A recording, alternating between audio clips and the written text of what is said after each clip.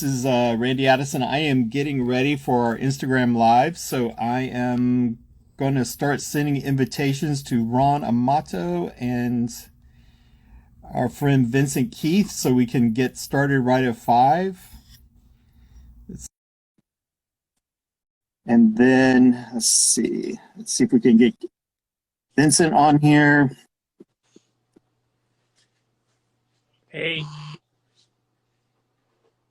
Hey, you there? I am. Can you see me? Hold on one second. I'm still typing in to get Vincent on, so Okay. let's see. But we are live, so I see. We have folks here with us. awesome. Hi, everyone.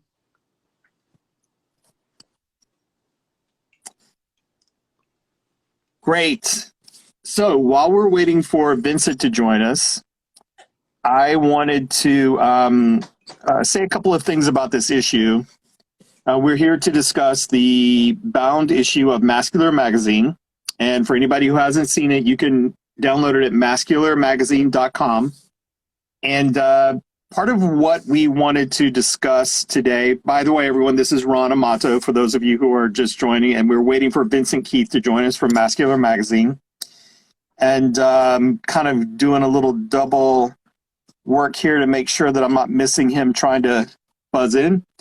So what I wanted to say is we did have, Ron, you asked me this question earlier, we have 36 contributors from all over the world, and it's just amazing with all different kinds of work. And I really encouraged people when I agreed to do this to come up with their own idea of what bound means, whether it be literal, whether it be an exchange of power in many different kinds of ways, or whether you felt like you were the person who likes to bind or be bound, or whether you're bound to a situation or whatever it may be. I wanted to just to have a broad interpretation of what it meant to manifest images and or words about bound.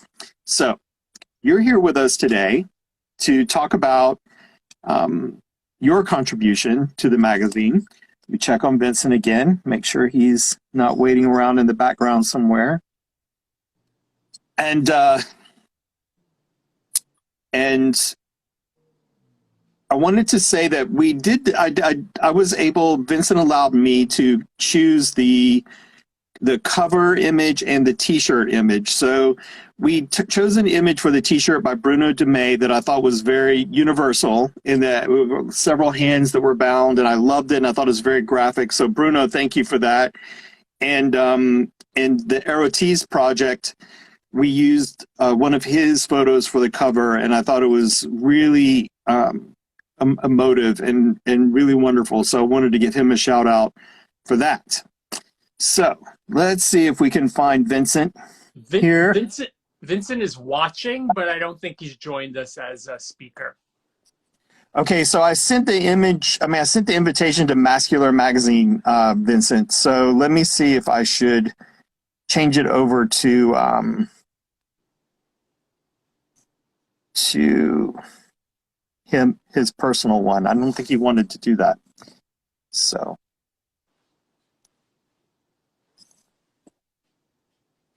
let's see.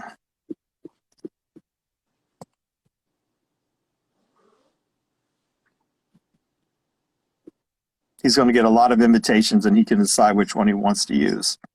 Okay. So Ron, while we're waiting for Vincent to join us, first of all, I just want to say thank you to everyone who's tuning in right now. I know you guys are continuing to join as we get this thing up and running. So I'm going to turn this, Ron's going to tell us a little bit about his work, what compelled him to do it. And also, if you have a second, Ron, tell us a little bit about you, the artist and the person, and tell us a little bit about your work. And then I'm going to kind of go in the background here and locate Vincent and start looking at questions that people may be posing to us. Oh, here he comes. Here he is. Look at that. There he is. Everybody, welcome Vincent. He's the editor and publisher of Mascular Magazine, and this was issue 33, so he's been doing this a long time. And it's a very inclusive publication and tackles all kinds of wonderful things. And I'm going to turn this over to you guys, and then you can. I'll pop in again in a minute when I look at some of these questions. Okay. Okay. Well, listen, I might start off real quick by saying a couple of words. First of all, that we were delighted to have Randy guest edit this issue. I, for one, enjoy working in a collaborative way, and having the skill and the patience and the taste and flavor of such a highly respected creative and artist in his own right really makes a big difference to the magazine. And I told him I felt that it had its own flavor that was very distinctly Randy. So I'm delighted about that. And then also, it wouldn't be right if Ron Amato wasn't our first guest speaker. He's been a supporter of this Mascular project for many years. His support and guidance and views have been invaluable. And when Ron comes in and says, "Oh, that was a good issue," then you kind of nailed it, because he knows of what he speaks. So enough of the love in here. The objective here is to discuss this topic of bound, which is something that has a great deal of resonance on a creative and on a political and on a social basis for all three of us. And so the process, as I think Randy explained, we'll have a conversation about this. And as people shoot in their questions, we'll address those at some stage as well. So I'm going to start off and say, maybe Ron, if you could make a few comments about where you came in when you saw the topic of bound as the topic for the issue. What was your reaction? What was your response? How did you want to participate? Thank you. Thanks for having me today. I'm really honored to be the first one to do this, and I really do think that this issue is really special. And congrats to both of you. Just to bring it back to the creation of this particular body of work started in January of 2017 as my response to the American presidential election that elected Donald Trump into office. I anticipated there being serious anti-LGBTQ presence in the White House. It was not, the administration had not, I started it before the inauguration day. So I was like looking into the future and thinking we're in trouble here. So I went into the studio to try to express that idea of that I was worried about what this would do for us as a community. And I used if you look at the images in the magazine, you'll see that there's fabric wrapping the figures. The fabric was representative of trying to keep men apart, specifically men, because that's who I photograph, but same-sex couples, trying to keep them apart, trying to keep them from touching each other. I really thought it really comes down to the way we have sex, and that people who have serious aversion to homosexuals in general, really they really don't like the way we love, right? So I think that for years and years and years, gays have been trying to appease this by saying it's not about sex, it's about love. It's not about sex, it's about love. The truth is that it is about sex. The building block of love, of romantic love, show this idea of not being able to have the fulfillment of that, right? So not be able to actually touch the bodies actually not being able to skin. So I used the fabric as this visual element to say they're trying to keep us from apart. Because it was such a rushed thing for me because the administration came in and I wanted these photographs to get out as quickly as possible. I released the project. I had 2 exhibitions in the first year. I always knew that I really didn't finish editing it. I really didn't finish really mining the shoot. Thanks, Randy. It's behind me, but you can't see it. I really didn't finish mining the shoot for all of the images that I thought were valuable. So fast forward to this year, I read an article that said that by the middle of 2001, by May of 2001, in the United States, more laws, anti-LGBTQ laws, had been written by local level government.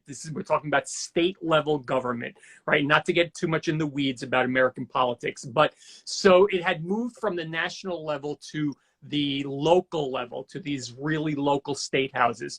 So I thought this is the time to revisit this project and pull the images that I hadn't used yet.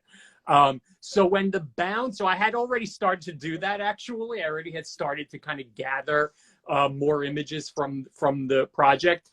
But then I saw the announcement for Bound and I said, this is perfect. This is the perfect vehicle for me to use to get these new images out. So that's really the impetus for me to contribute. As you know, Vincent, I don't know how I said it's about 10. I don't know how many issues that I've contributed to, but I do think that Mascular holds a place that's very unique in our visual landscape and in our gay landscape. And I think it's a very important publication. Oh, my watch is talking to me, sorry. I think it holds a very important space in our world, I think. And as our venues for this kind of work keep shrinking and shrinking and shrinking, that I think Mascular becomes more and more important in that realm. So that's the reason that I love to contribute to the magazine when I have the appropriate work to do it. But and also specifically about my contribution to this issue. Okay, well, thank you very much, Ron. That's very clear. And in your comments, I think you raise a number of points, a number of interesting points, and one of which is sort of the artistic response to what we see as, a political issue, a form of injustice, human rights. I think that, the creative, our creative response to these challenges is a very important thing, and work like yours makes people stop and think about, what's at stake and where these risks take us, and so on and so forth. And it's as you mentioned, an issue in the U.S. It's not, as I've talked about, it's a risk that faces LGBTQ plus people from around the world. Now, I was going to come back to you and ask a question that's maybe a big question, but what do you think is the threat that these right-wing and conservative movements are trying to address? What you talked about the risk of a Trump administration to the LGBT community and how you responded to that and the timing and everything else. I think that it might be useful to articulate what you think the threat is and articulate what from the other side of the debate, or I don't call it a debate, from the more narrow-minded worldview, what their fears are, what it is that they're trying to address. So I'd be curious to hear what your perspectives are on that. Well, it's not. First of all, I want to just correct the language a little bit. It's not a threat. It actually happened. So it was real stuff throughout the Trump administration, and it's real stuff that's happening now. So I have something on my website if anybody wants to go visit, saying 45 actions by 45 that were hostile to the LGBT community. And they dismantled rights. It wasn't anything that they had to pass by law. They were able to go in and individually cherry pick rights in the Department of Education, in housing, in labor. Those are the three big areas where the people who are heading up those departments were able to go in and just take away protections, individual protections to LGBTQ plus people. There's a specific focus right now on trans people because that seems to really get the shackles up, get them kind of motivated.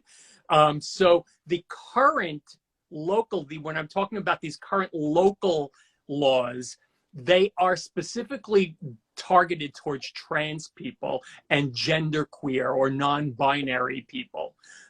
We've had, these bathroom laws being passed and these types of things. So I think there's very concrete negative things happening in people's lives. I live in a very large bubble of New York City. I don't see it as much, but I think when you've got a community that is smaller in a smaller environment and there's not as many, when we're talking about people not being able to get a job, when we talk about people being rejected for a lease on an apartment, when we talk about kids in school not being protected from harassment of their peers because they're gay, it's not a hate crime necessarily. I mean, they're taking away the hate crime status, so it's no longer a hate crime in a lot of these places to assault a gay person, where it's still a crime, but hate, if it can get designated as a hate crime, it elevates the charge up, right? So a lot of these things have been removed and are continuing to be removed. And it really has and Randy earlier said something like, we've been behind in gay rights in the States, and to a large degree. And I don't necessarily think we've been behind. I think we're retrograding now, right? We're moving backward rather than forward. Well, and sometimes in Europe, there were some countries were allowing gay marriage before we were, is what I'm saying. As far as we're playing a little bit of catch up in some ways, but someone was making the point just now that, locally, in a lot of local jurisdictions and whatever, that then you're making the point, to piggyback off your point, that in smaller areas, when we're in large metropolitan areas, in large cities, we don't feel it as much as our counterparts in smaller, more rural areas. That it's about fear. It is about fear of having your livelihood or the way you're able to feel comfortable in your own space.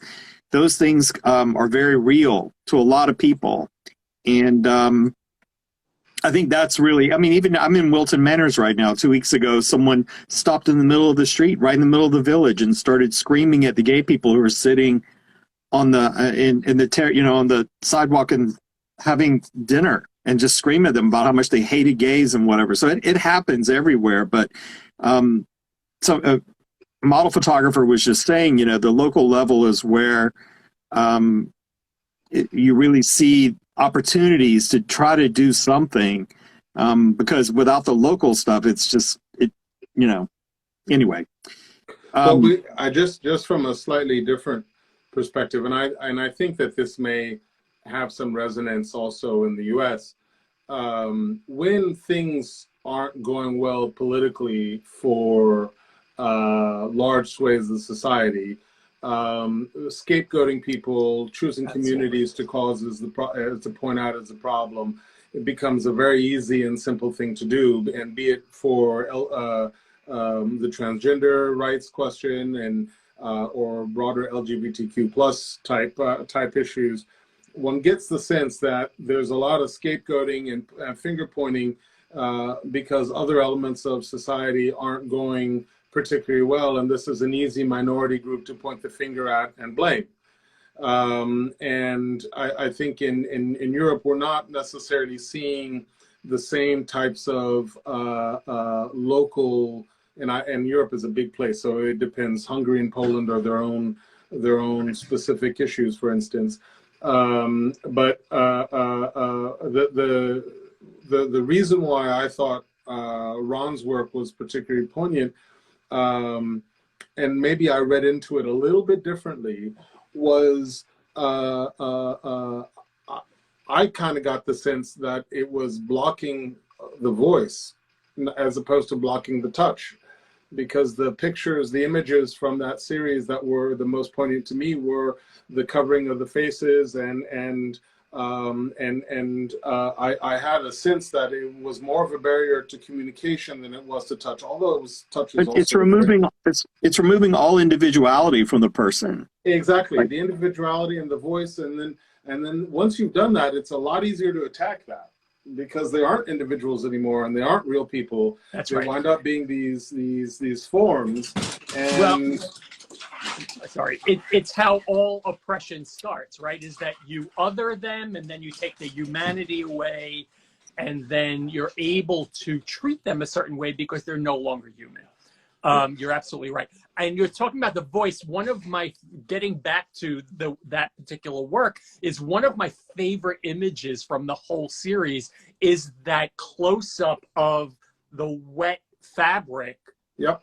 Where they're trying to kiss, but they can't quite, so they're blocked by these membranes, with not being able to actually have that one. I think, it's a little icky. Like, I think people look at it and go, ugh, but it makes the point more than any of them for me, that that they can't fulfill this need in themselves, right? They can't fulfill this basic human right. The pursuit of partnership and love is a basic human right. Yeah. So it's interesting that you say voice, because I think that image can also lead to that idea of voice. Well, for some of us, we remember when it was seeking out another gay person at all was kind of an adventure in and of itself, because you would kind of look like, is he gay? I don't know. And kind of all this fear wrapped around, trying to make a connection with someone who may be gay, but may not want to be identified as gay. It was very complicated. It's much less complicated now when it comes to that kind of thing. But Yeah. we've had barriers. Our community deals with barriers every day. Yeah. And, they've taken all different kinds of forms over the years. And what I think, to wrap this back around to art and the importance of it, is giving voice to those things in such a beautiful way, I think can sometimes open somebody's mind. I know that people on my feed and in my life who I kind of had written off as sort of, like a lost cause when it comes to understanding anything about my life, will say, oh my God, I think this is so beautiful. I'm like, who are you again? I apologize that I have written you off in the past as somebody who would never understand what I have going on. I think that's what art does, though, right? So that's what art does. It doesn't happen universally necessarily, but I'm not going to date you guys, but I'm going to date myself. I grew up in the 60s. Protest art was a thing, and it raised awareness, right? Visual art, music, just think, I grew up with that stuff surrounding me, whether it was about the Vietnam War or just the political situation in the US specifically. There was always a song, there was always a visual art, there was always documentary photography. and those kinds of things. Thank you. I love that photograph as well. But we don't see a lot of that anymore, you know, or else I don't see. We're seeing more of it now. I think we went through a kind of low point for like activist art through the 90s and the early 2000s. I think that we're seeing more of it now, and especially when we're talking about everything surrounding the Women's March and women in general kind of pushing back, and the race issue in the United States kind of really being pushed in people's faces with the murders that we had in 2000. I think we're seeing more art being made around these issues of race and oppression and all of this stuff. I see so much fantastic, I will say, photography surrounding issues of being trans and non-binary on my Instagram feed. So much really beautiful, wonderful stuff being made by a generation that's much younger than mine. And I also spend a lot of my time, because I teach on the college level, I spend a lot of my time with that generation, and I see what's happening, and it's really, it really makes me feel like, okay, I'm hopeful that we're going somewhere with this, right? Completely. Yeah.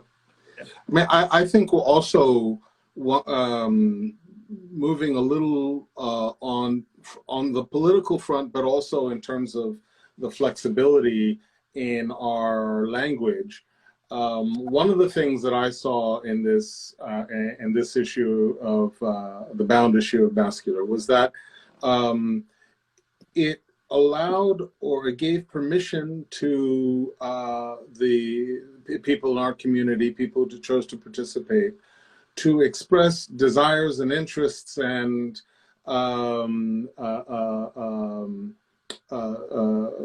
imagery that they didn't hold back. I mean, one of the themes that I've wrestled with and seen is that as the LGBT community fights for its position in society and fights for the rights that it deserves and so on and so forth, that there's a pressure to try and conform to what is seen as a normal kind of vibe, a normal aesthetic. And it's almost as if you're told, look, yes, you can belong so long as you play by certain rules, and so long as, you know, we'll accept you and you can participate in all, you know, in the reindeer games, as it were, so long as, you know, your tastes aren't too subversive and the things that you're into aren't quite, you know, don't shock anybody. And this fear of being shocked and horrified and all that is, you know, gets thrown back into our face all the time. And one of the things I liked about this issue was the counterpoint to Ron's observation and his work about being silenced and about being separated and about the political environment right now and how it's being imposed on people, was in some of the other works, the freedom that artists took and said, look, I don't care what people think about me, and I don't care whether they find my tastes you know, unappealing or unacceptable. This is me. These are my interests. I'm going to put my creative energy towards depicting them, and therefore, you know, here it is, and without fear and all that. And I get the sense that both of those movements are happening side by side. I open that to comments and views. I think absolutely you're correct. And I think that's why, and we've discussed this offline as well, that I think that's why Mascular is occupying such a great space for us, to be able to have an outlet for these things. I also wanted to, it's interesting because I don't know if this is the right kind of inroad to this, but I want to give a shout out to somebody. I'm going to look at my notes because I want to make sure that I get the person right. Alejandro Caspi, is that how you say it? So it's interesting because I've been experiencing, as you have, right? I think you've lost an Instagram account for Mascular. Have you not, Yeah. Vincent? So I am currently in the crosshairs of Instagram. I am not allowed to do a live broadcast anymore. They've removed today they removed another image, and almost daily they're removing images. So there's this real push of censorship, I think, and specifically targeted towards gay male art.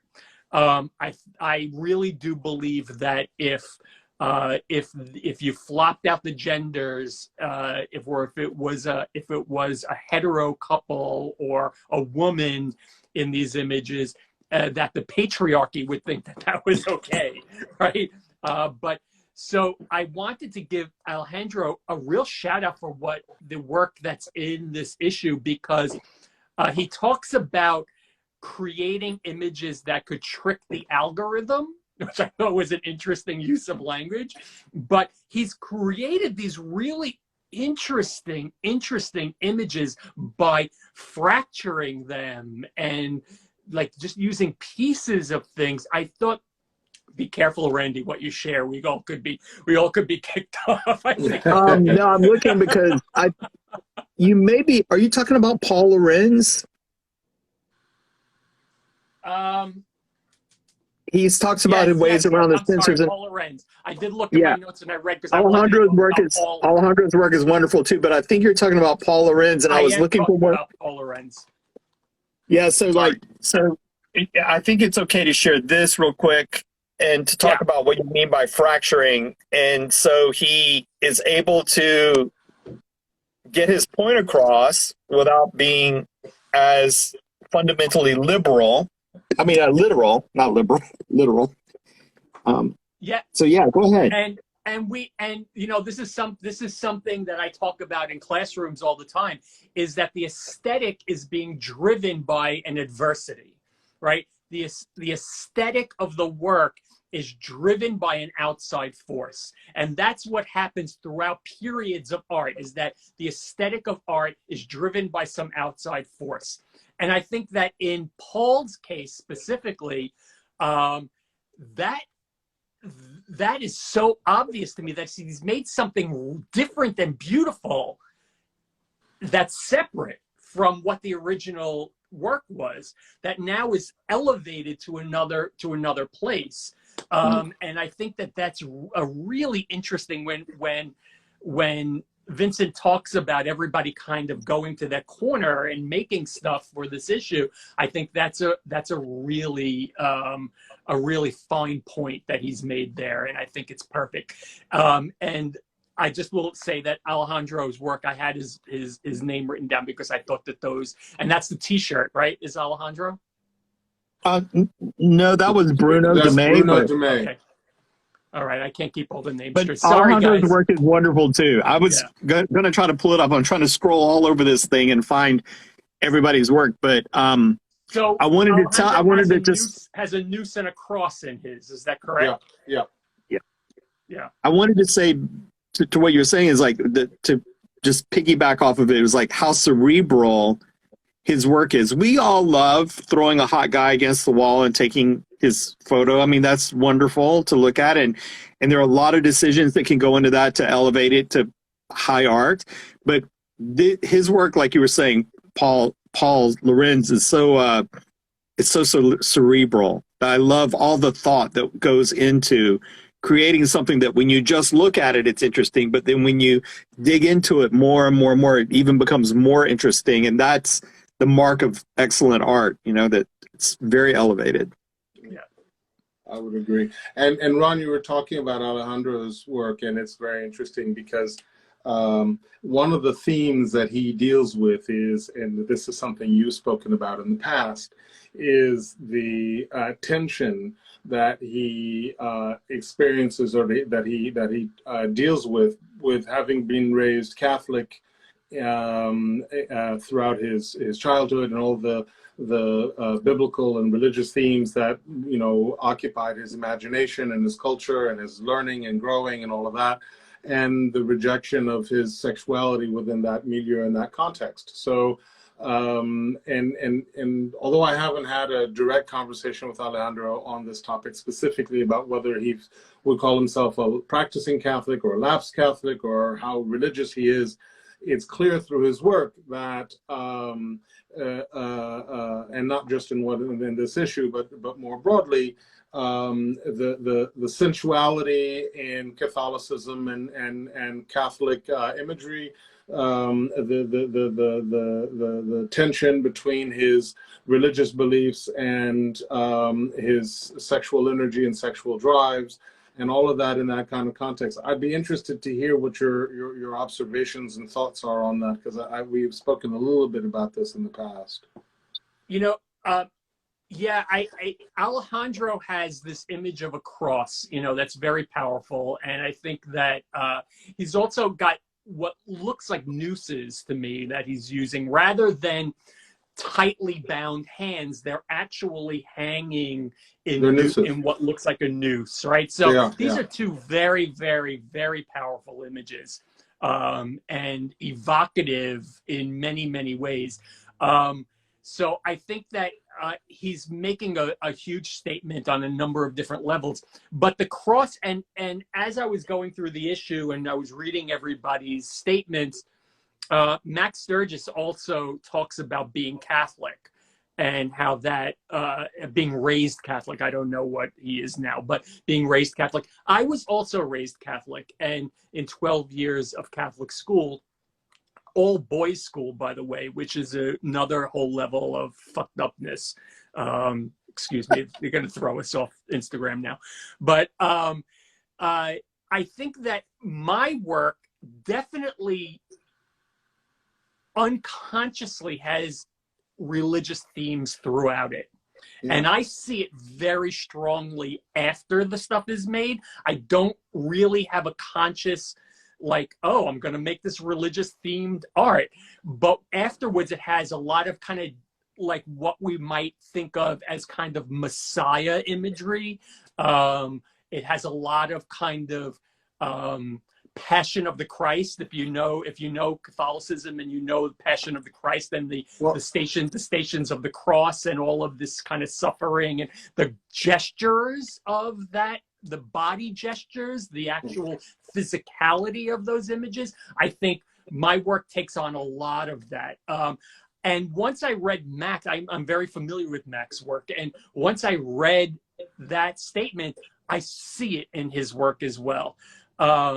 So I wish we could show more of his work, but we can't. Yeah, I know. But, and Ron, I mean, in this issue, the pieces that you put forward, that fabric has a very shroud-like significance in my eyes. I mean, I saw it very much. Yeah, I agree.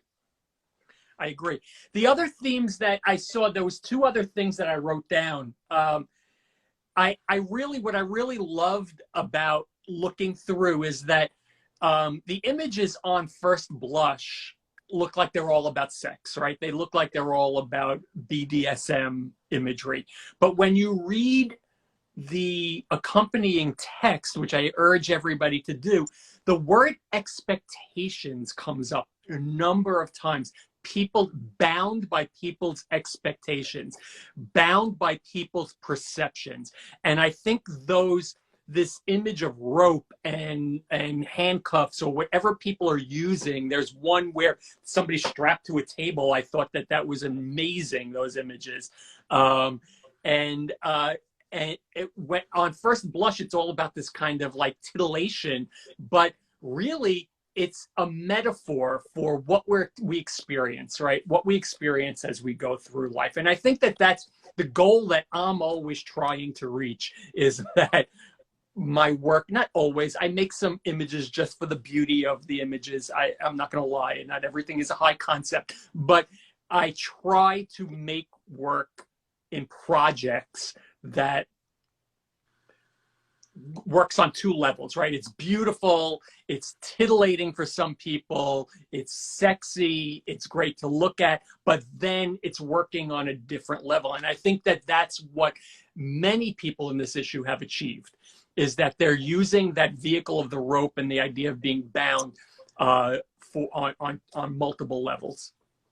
By the way, I don't know if you, even in my little blurb that I wrote, the first sentence is "Blessed be the blessed be the ties that bind," which I was brought up Methodist, and that is one of our hymns that we used to sing several times a month. Blessed be the ties that bind our hearts in Christian love, and that's what my little thing was about as well. So it's amazing how much Christianity weaves its way into and to think you're going to escape it once you've been subjected to it is, you're not. It's hard. It's hardwired, Randy. Well, totally. And then Rusbeh, one of our contributors from Iran, put forward a series of very religious works.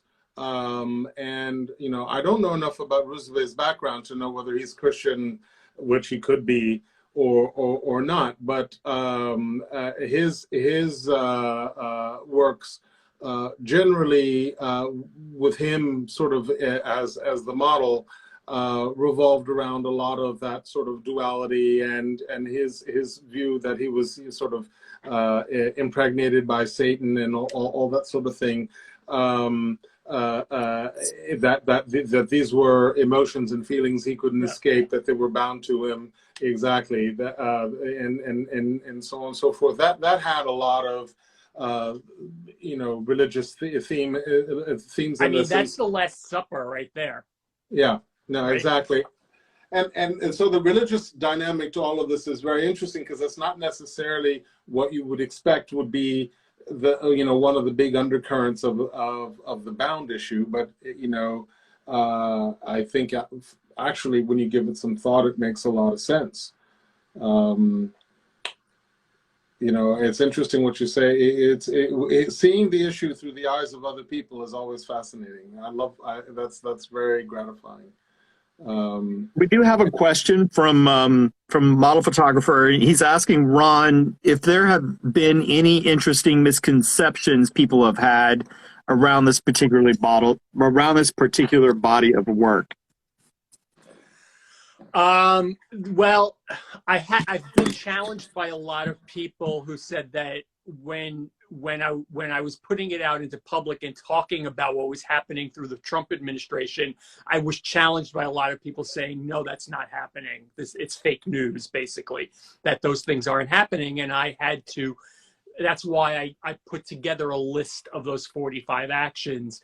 And there were more than 45. I used the number 45 because he was the 45th president of the United States, and I thought there was some symmetry there. But I was challenged by a lot of people who said, and gay people, gay men. I had a lot of gay men saying, this is bullshit, this is not happening. And I thought they didn't want to believe it was happening. They didn't want to believe it was happening.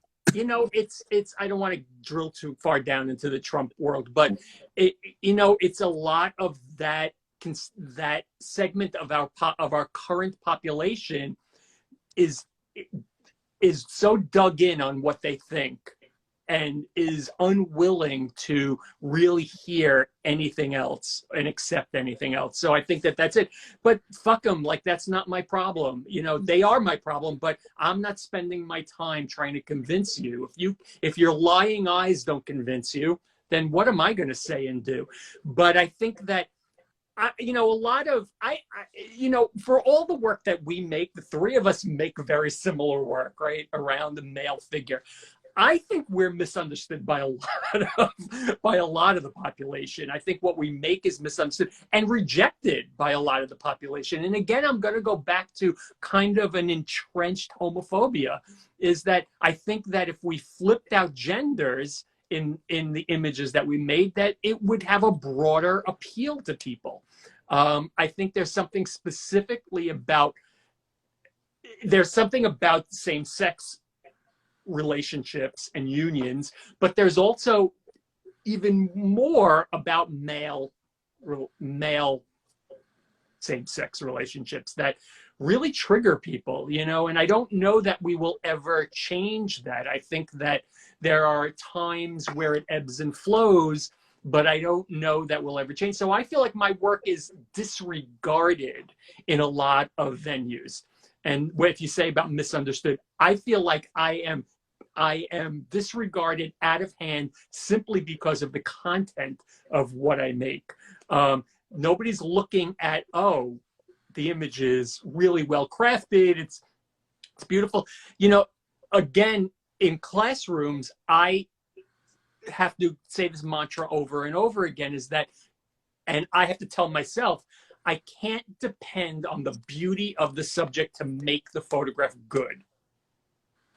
Right? That's right. I think too many people who are making male erotica do that. And you know, they throw somebody up against, like you said, Randy, they throw somebody up against the wall. They're sexy and beautiful, and they're really hot for them, and they make this picture, and they think that that's enough. And they put it out into public, and it gets consumed, and it is for them maybe enough. It gets a lot of likes, and it gets consumed by people, and they like, and they feel affirmed in that. I have to go past that. I've been doing this a very, very long time. I didn't start out my career, or most of my career wasn't doing what I'm doing now. So I am a dedicated artist and a dedicated photographer. And I think that you guys are the same way, is that you dig deeper than that apparent beauty. Because they're not going to, you know, you've got to be able to flip out that individual in the photograph with a tree or a dog or a whatever, you know, and the photograph has to rest on the strength of it as a piece of art. Well, every piece of art is a series of decisions and choices, right? So that's what it is. It represents a series of decisions and choices that the artist made, and whether those all come together to create something greater than what you thought it was going to do. And all of that, you know, it just, I discovered you, Ron, when you did your boxes, and I happened upon your video that was, you know, when you were doing your crowdsourcing, or I think it was crowdsourcing or something, to get the to get the book published. And I was just like, you know, I'm going to just tell you that I think as artists, we all have to have this talk with ourselves, which is, I saw it and I was like, but I was about to put a guy in a box, and now I'm not. And I thought to myself, and why would I, after seeing this? Because it is fucking perfection. And what I had to tell myself was, be inspired by it. Don't be discouraged by it, because someone else did it even better than what you would have done. So there's that thing, the conversation going on in our heads. We have to always think about that is inspiration, not duplication, right? It's inspiration, not duplication. And it's also, don't get angry, don't get resentful, like, take it in, put it into your file cabinet. It will come out in your own way. That's right. Yeah. Because thank you. I appreciate comparison is the thief of joy. If you've ever heard that, comparison is the thief of joy. So I you know, don't compare yourself. Just keep your head down. Keep doing what you do. Culture your own voice. Jason just came through with another question that I thought was interesting. And it's also to you, Ron. How much weight do you put on explaining the meaning behind a particular project you put out versus getting them to understand and interpret it for themselves? I used to be very, like, really, really stand on my conviction that I didn't need text, that I didn't need to explain myself. And I've changed my mind over the years on that. I do think that text can be illuminating. I think artist statements are important. The thing is that I think that what you're reading in the artist statement has to be there in the image, right? You can't bullshit through it. So you've got to, it has to be real. It has to be what people see. When they read some kind of an artist statement that kind of is an illuminating text for the work, they have to be able to look up at the work and see exactly what you're talking about. And I think you got to be careful but I do think it's important. I do think that text can be super important. There's tons and tons and tons of stuff I make that I don't write anything about, you know. Uh, and that's all fine. It's just when it's these bigger concepts, like the box was a bigger concept. It was kind of this autobiographical concept for me that I needed to tell people that, or else you're just looking at these images that, beautiful or not, you weren't getting the point of what I was trying to do. And I think that this Gay in Trumpland and Bound by Law needed the same kind of contextual kind of explaining. Well, 100 years ago, when people didn't have as many images to look at, they may have invested the time to stand there and actually look at the image and engage with it. I guess, what do the studies say? We look at something for a millisecond and decide if we're going to be interested in looking at it any further. Yeah. So I think, and especially in the time we're living in right now, illuminating text is even more important, because how are you going to get someone to really engage with what you're doing when we were seeing as many images in one day as people used to see in a lifetime? Right. So I mean, yeah. I think that's an interesting point. I think that from my perspective, it sort of depends on the project. Sometimes I work on a project that is very layered and where I really want to get certain things across. Sometimes I think that what I'm trying to do in the image is to create something that is a little bit unexpected, or that has I don't want to say that's subversive, but that kind of is maybe a little bit out of place, or a combination you didn't expect, or to draw you in to look at the image a little bit closer. Because I agree with what you just said, Randy, that, you know, we see so much imagery every day that it's very hard to get somebody to stop and look at an image. And I'm kind of trying to fight that. And I know it's probably a losing battle, but what I really want is it's worthwhile giving that picture a second look, because you might see something, or might make you question something that you had believed before. And perhaps that's not just in my male photography, it's more broadly. But this, I think, is a good segue into another topic that I think is maybe something worth touching on. And that is in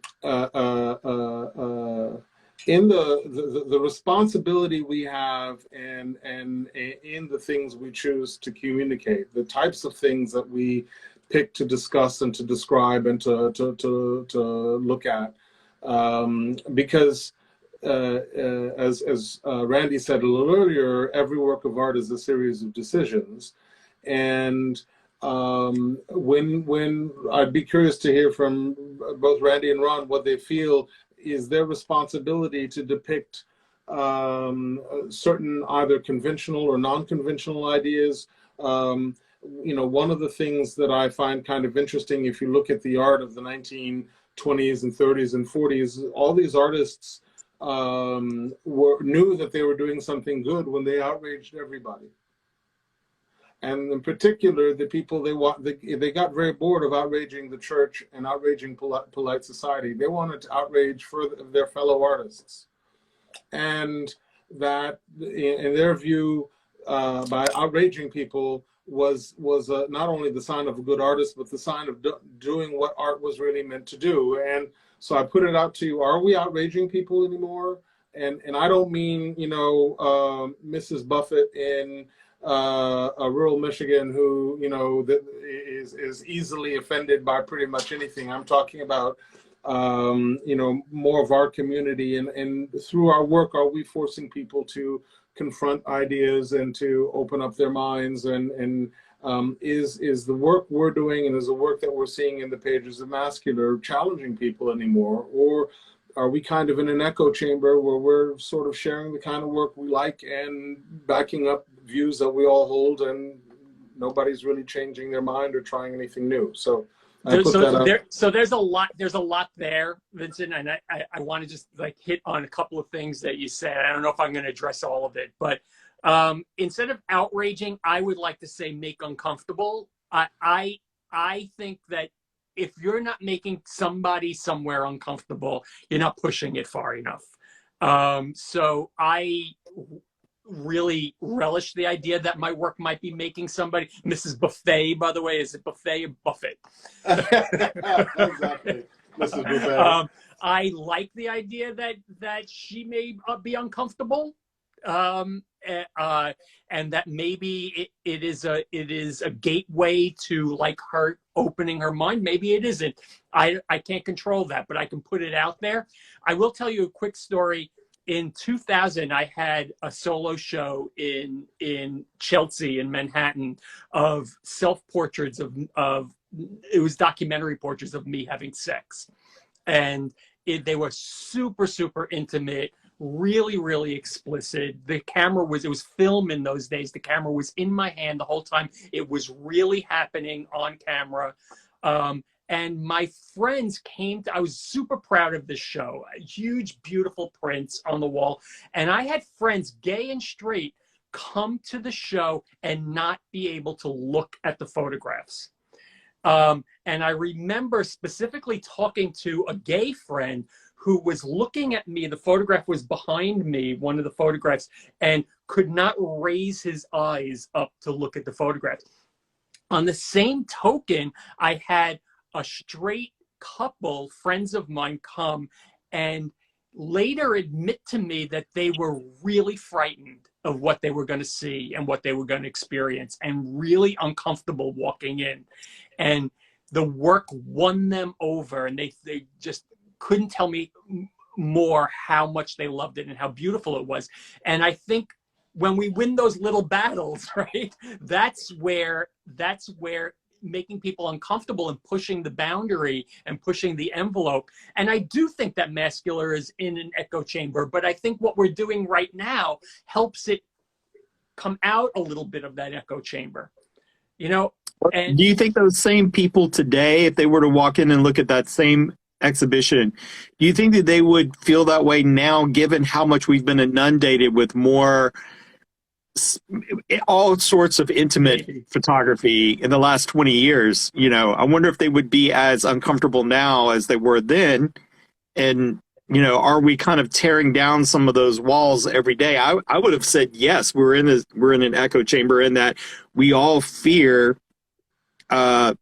censorship every day. That if we want to if I want to reach an audience, I have to be very mindful of what I put out there to reach that audience. You know, that's always the case now, and it is a give and take situation where you can say, well, I'm not going to follow these rules. Well, congratulations, you can show them to your friends and family, but that's about it, because either you play by the rules or you don't get to show a huge audience what you're able to do. Yeah. So I mean, it comes back a little bit to the point Ron was making earlier about censorship. I am conscious, as I work on the magazine, about trying not to be too much of an echo chamber, not being too focused on a specific region or specific body type or specific age group, there's one article in this month's magazine that Randy and I discussed at length that was very challenging. And we both were strongly of the view it should be included, but it definitely raised some questions, and not because the photos are in and of themselves so outrageous or anything, but when you stare at them for a while and when you think about them, they are actually very disturbing. And this is the Bound to Return Home for Spring Festival by Gary McGuire, which is an amazing series of images shot in Korea of these men, bound men, wearing these eye masks that have these sort of slightly childish manga style looks on them, and that is definitely something that wasn't part of the aesthetic that I work with or that I see or whatever. And so I'd be curious, maybe Randy, to hear what some of your thoughts were when we were discussing this, and whether to include work like this or not to include work like this in Mascular. and then maybe Ron, what you thought of from a creative perspective, what you thought of that piece. I'll just say this, and I'll let Randy talk. I thought it was one of the best things in the magazine. Okay, well, that's high Good to praise. know. Yeah, good to know. I'm trying to find one that we can show that won't get us kicked off the web. I don't think there really is one that would be, that we could show without causing a ruckus. But first of all, one of the things I love about the way this whole thing played out is that there was not anybody who contributed. Sorry about that. We ran out of time. And I'm going to get these guys back real quick so we can wrap it up. Hold on. Let's get Ron back.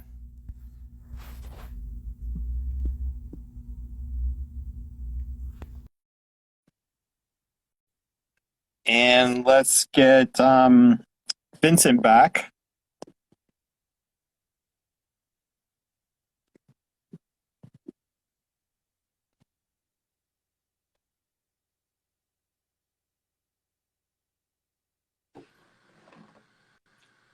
Hey. Oh my gosh, sorry about that. I guess we ran out of time. Yeah, I guess Instagram limits it to an hour. Right, which tells us we've been talking a lot. So No, let's see. that's good. Let me see if Ron is still around. Let's see. It says he's invited.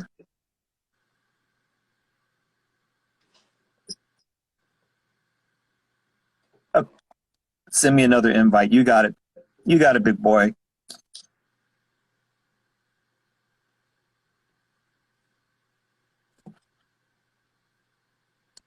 It won't let me cancel this one. Hold on. You can ask to join, Ron, or maybe you can't. Hold on. That's right. Maybe you can't. There we go. Let me see if I can see if it works this time. There it is. Hey, we're back. You're back. Okay. So we were just chatting up a storm there. So a couple of people asked who was the artist we were talking about, and the artist is Gary McGuire, and he put up he submitted a piece called "Bound to Return Home for Spring Festival," and it starts on page 84 of the magazine, Yep. which you can download for free from mascularmagazine.com.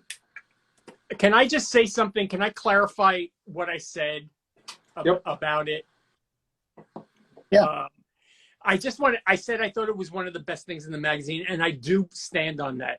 But I think one of the things that attracted me so much about it was that it was so different, right? Not only was it different in nature of what it was, but it was also graphically different. So it's photographed in a very, very different way than a lot of the work in the magazine. And that's not to disregard the other work in the magazine, but I think when you're flipping pages, and this is what we do when we put together commercial portfolios, right, is that you want to shake somebody up as they're turning the pages. When you're turning the pages virtually of the Mascular magazine, and you're used to seeing a similar aesthetic over a similar body, a similar way approach over and over again, and not that any of them are bad, but it's just they're similar. And then you see something like that, it really wakes you up. It has that moment of waking you up, and you have to say, "Oh, wait, what is this?" And well, can we get nerdy art teacher for just a second here as well, and say that one of my pet peeves when I'm looking at photography is when people photograph everything from exactly the same angle. Like, you can tell where their favorite spot to stand in their studio is because everybody is shot from that angle. And the fact that these are all shot from different angles, different perspectives, different venues, I agree with you that I think it's visually stunning that, there was, again, a series of decisions in each one of these photos and in the group of photos that make them special. So I also think, Randy, it's about scale as well, right? If I remember them correctly, I don't have them in front of me, but the figure doesn't occupy the entire space. correct. If I That's right. remember correctly. So the scale of the figure is also different than Yeah, what most of the work I is. wish I could show one, but I just can't. We should have prepared a version with big dots over the dicks. Let me Well, but let me just say this. I think I have a way to do it. Give me a second. I'm gonna just give us a very cropped version right here of this right here. yeah. So there you go. So we were talking about the masks and how the masks were impactful and emoted their own kind of little message along with all the bindings and everything else. So there you go. Yeah, it's beautiful work. And like I was saying, I determined when I was choosing, and Vincent was so great about just going, nope, you choose whatever you think. You know, I have a master's degree and I've seen hypercritical critiques of things and whatever, but I didn't approach this like, well, we're going to cut this and we're going to do that and only these people can be in it. I'm like, this needs to, I love that it could include everybody who submitted. And I didn't include every photograph that they submitted, but I tried to do what I would do with my own work and say, what is the strongest? Which ones are going to tell the story? Which ones are necessary for this person to get their point across? And that's how I made the choices. So. Well, that's why an editor is so important. I think that we become really like involved in our own heads as artists, and like, oh, I've made this. I think I submitted 23 images for this issue. And I think maybe you used 8 or 10 of them. And that's fine. I'm used to that. I worked commercially for many, many years, and I'm used to that kind of editing process. But I could sit back and second guess your choices and say, those wouldn't have been my choices. But that's why the collaboration and the relationship is so important, because you come to it with a clear eye, not married to any of the particular experiences I had making the photographs, which I think can be really mar our view as an artist, right? I had a great lunch that day in the studio. I really liked that person. They were really fantastic on set. They're super sexy. There's, all of these things will influence your view of a particular image. And I think when you bring somebody else in who doesn't have that experience, who's devoid of any connection whatsoever, it really has this clear-eyed view of the work. So I appreciate that. Now, I'm going to refrain. Not doing the other pictures, but I'm going to refrain from quoting Miss Tyra Banks here when she talks about how editors choose photos of her. I'm going to refrain from. Tyra, go ahead. But moving along with what you were saying, Randy, about looking for the story, and one of the things, because when I'm editing the magazine, I'm conscious of the story told in each spread, each story, and also, if you step back and look at the magazine as a whole, and what story does the whole magazine, does that whole issue tell you, which is kind of why I write the little blurb at the front after I put the magazine together, and I can go through it and see what have I learned and what have I figured out. And one of the things that I'd like to hear you guys speak to a little bit more specifically with respect to Bound is the subculture in bondage, BDSM, and does that get the visibility it ought to? Is it gotten mainstream? Are we communicating the emotional context of all of that versus are we communicating the aesthetic? Because obviously that's been picked up in the world of fashion and television and cinema and all of that quite a bit in the last couple of decades. And I talk about this sort of I'll give you a little aside why I bring it up. One of the things I do when I've got mundane work to do is I'll put a YouTube video on in the background and listen to a story. And sometimes it's a true crime story. And today there was a true crime story about this strange case on the West Coast in the 70s where this couple kidnapped a young woman and kept her as a bondage slave for 7 years. And horrific, like kept her in a box. I mean, it was horrible, horrible, horrible, horrible story, like unimaginable.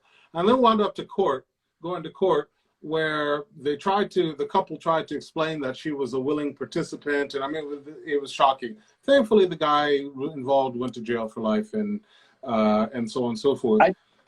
I have a thought on that. So the reason why and obviously consent is an important component, but too much consent maybe in the world of bondage kind of undermines the whole point. And so I'd be curious to hear maybe from the perspective of a practitioner or somebody who's interested in it to talk a little bit more about the subculture that is bondage and how that's wrapped in art and some of the boundaries and so on and so forth. Go. Well, first of all, I think, the fact that this issue was we are bound to so many relationships in our lives that I don't care if it's your brother or your cousin or your best friend or your partner or your bondage partner or whatever it may be. Every relationship is an exchange of power. Every single one. Either you are usurping power, you're forfeiting your power, or you're giving permission, or you're giving away your power, whatever it may be, it is about power. And I feel like in healthy, and I know what I'm saying here, in healthy bondage scenarios or BDSM scenarios, there is an exchange of power. There is power that I know that I'll forfeit this power to him. I know that he is giving me this power over him. And I think that the power becomes a currency that we exchange back and forth. And I think in a situation where you're talking about where power is usurped, that is not, that's something completely different. Yeah, no, I accept that. Yeah. That is not even, I mean, it's not part of what we're really talking about. I think just even talking about things like this makes some people, back to Ron's point, so uncomfortable that they don't even want to admit that they may have these little things in the dark recesses of their mind where they think about these things. But it's perfectly natural to say there are times when I don't want to be in charge. I want somebody else to be in charge, or I want to be in charge. And I love that feeling of being trusted and the vulnerability and all of those things that, that make up who we are. And exploring that just makes our relationship, can make our relationships richer. So that's my thought on that. Zip. I'm just going to speak to the imagery that's out there for public consumption. I find the vast majority of it inauthentic.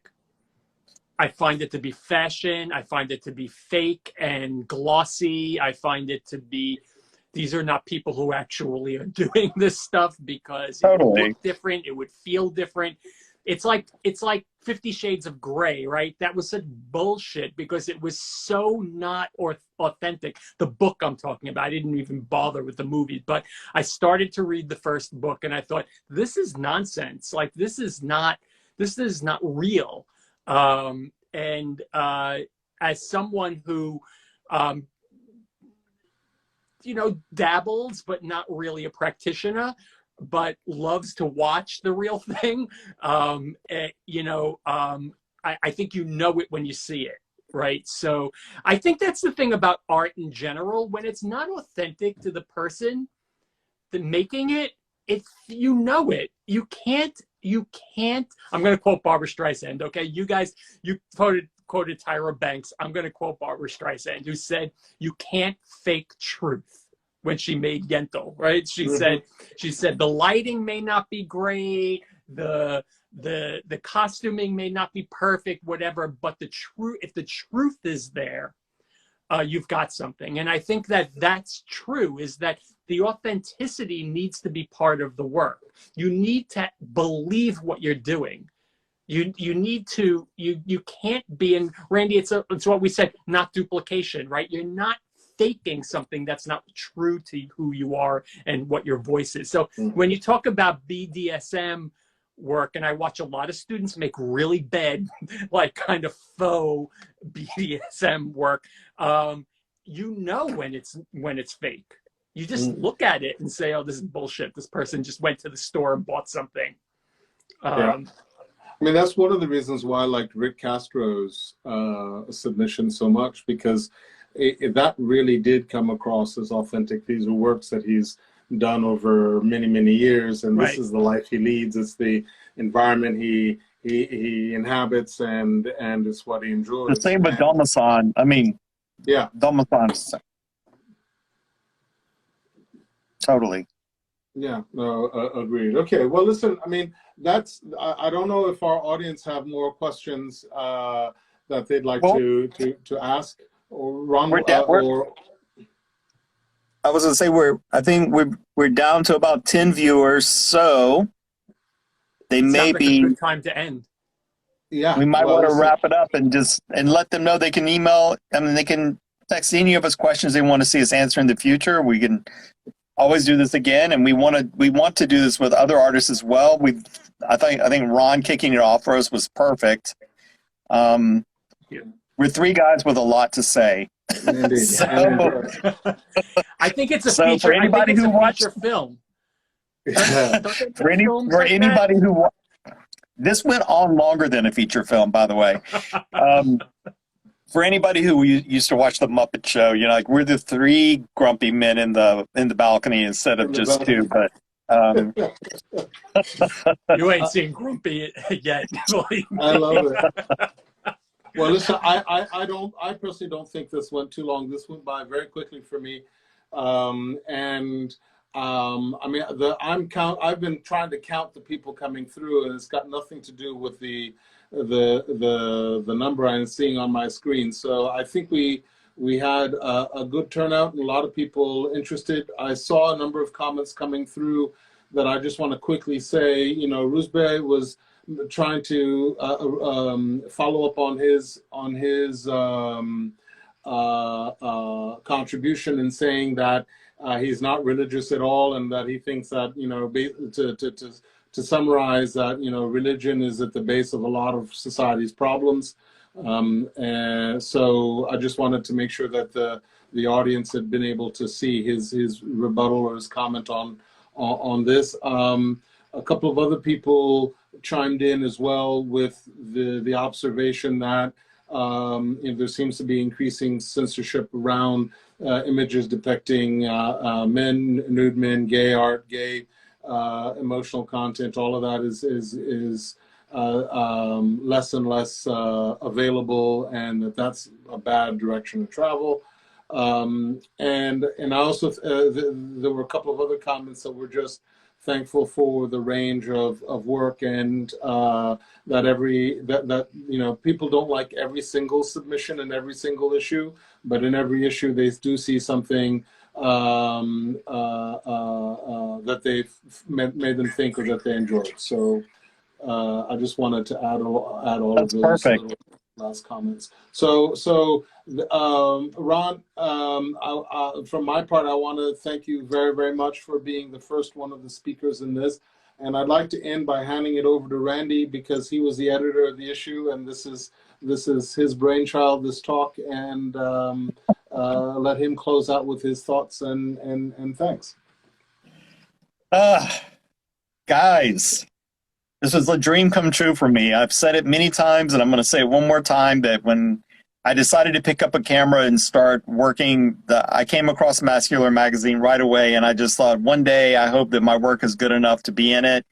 And now to be here like this and to have had such a strong voice in this last issue is just kind of a dream for me, and I appreciate it so much. And just to be in the company of both of you. And I know this is not like an award show where we're like, oh my God, the company is so, but no, I'm dead serious. I really appreciate it so much. And I appreciate all the people who tuned in today as well to sort of support a talk like this. And I think the thing that if anything makes me a little bit anxious, it would be like there's so many other voices out there that want to be heard, that I hope that we can do this a lot more and empower people to do it a lot more as well. So having said all of that, thank you for letting me do this. I look forward to hopefully helping you out in the future with some other upcoming issues.